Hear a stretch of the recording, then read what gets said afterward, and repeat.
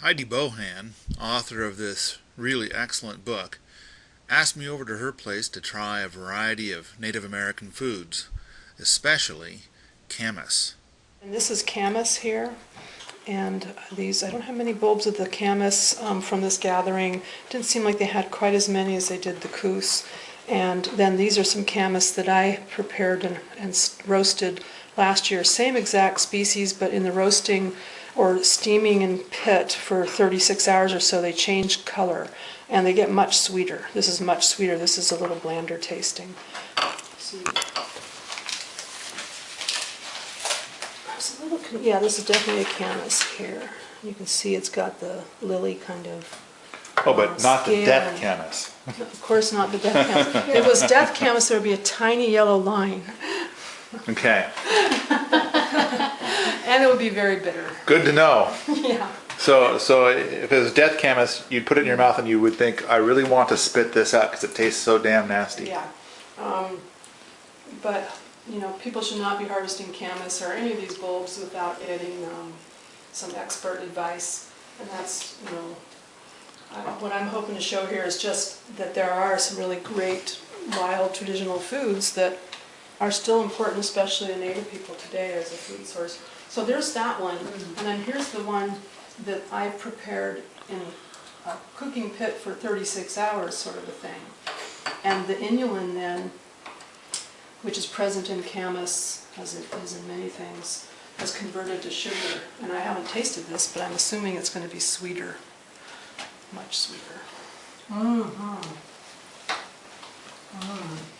Almost like chestnut. Mm-hmm. It tastes like a candied chestnut. Yeah. I was actually quite surprised to see that camas was just Wow. being plopped into soups raw, because my studies had always indicated that you needed to steam these in cooking pits for 36 hours to convert that inulin to sugar. And that's how I've always done it. Look, it just changes color, and I can smell. When I'm steaming, I can smell when it's shifted. It just changes odor.